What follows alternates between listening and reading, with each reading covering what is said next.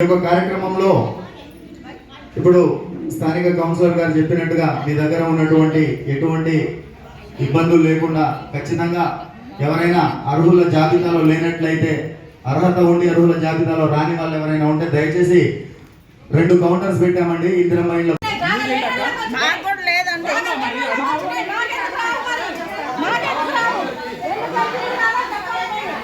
చెప్పలేదు అదే ఆమె బాధని చెప్పలేదు తమ్ముడు.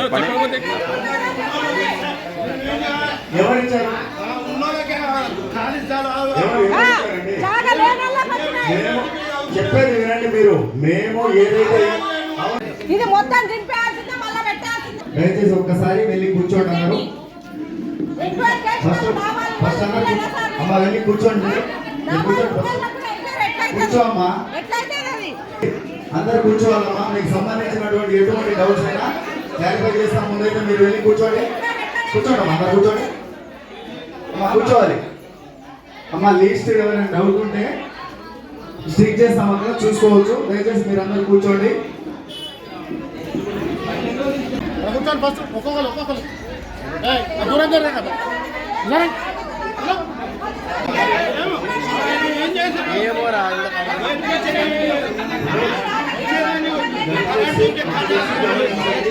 గవర్నమెంట్ ద్వారా ఈ లిస్టుని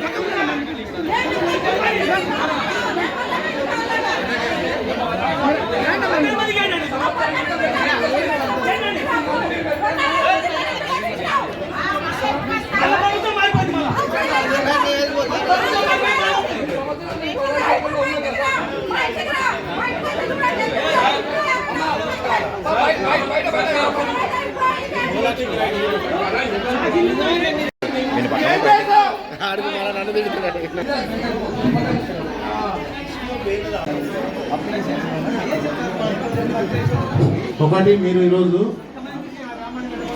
మీకు ఏదైతే కావాలనుకుంటారో మళ్ళీ రిక్వెజేషన్ ఫైల్ చేయండి. అనవసరంగా ఆర్గ్యూ చేసుకుంటే ఓకేనా? ఇక్కడ అల్లరి చేస్తే మాత్రం బాగుండదు.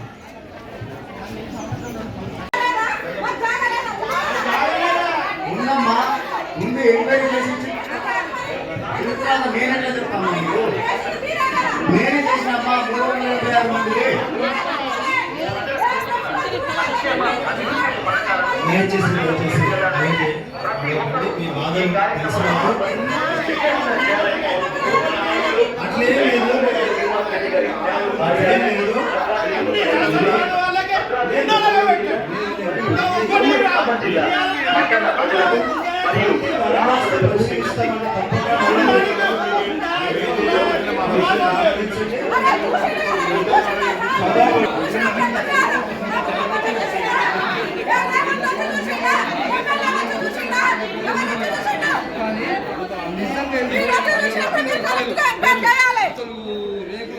అసలు ఎందుకు ఇస్తున్నా వాళ్ళ పేరు